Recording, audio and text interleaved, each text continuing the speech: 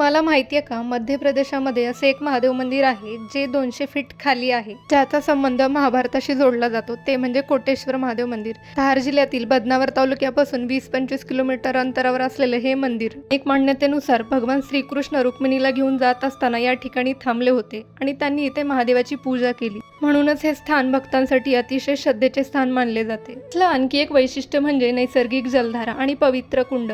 सतत वाहणारी जलधारा कुंडात येते आणि इथे स्नान करून भाविक महादेवाचे दर्शन घेतात. श्रावण महिन्यात तर भाविकांची गर्दी इथे अधिक. पाण्याचा आवाज, महादेवाचं शांत वातावरण खरंच मन प्रसन्न करून जातं. दुसरं वैशिष्ट्य म्हणजे इथे सुरू असलेलं अखंड भजन तर या संपूर्ण वातावरणाला आणखीन भक्तिमय. भजनकरांना राहण्याची व्यवस्था केली आहे. भजनाचे सूर ऐकताच आम्ही त्या भक्तीत रंगून गेलो. भजन ऐकलं, ताल धरला आणि त्यातच दंगून गेलो. खरंच महादेवाच्या भक्तीमुळे या दिव्यासारखं मन इतकं शांत झालं. इतकं प्राचीन आणि इतकं ऐतिहासिक आहे की ते बघूनच शांती. मी फॅमिली सोबत धमालही केली. तिथे आम्ही झोके खेळलो, खूप हसलो आणि छोटे छोटे क्षण मनापासून जगलो. खरंच कोटेश्वर महादेवाची ही भेट आमच्या मनात कायमची राहील. महादेवाची मिळालेली शांतता आणि फॅमिलीसोबत मिळालेला आनंद यापेक्षा सुंदर प्रवासाची आठवण अजून काय असू शकते.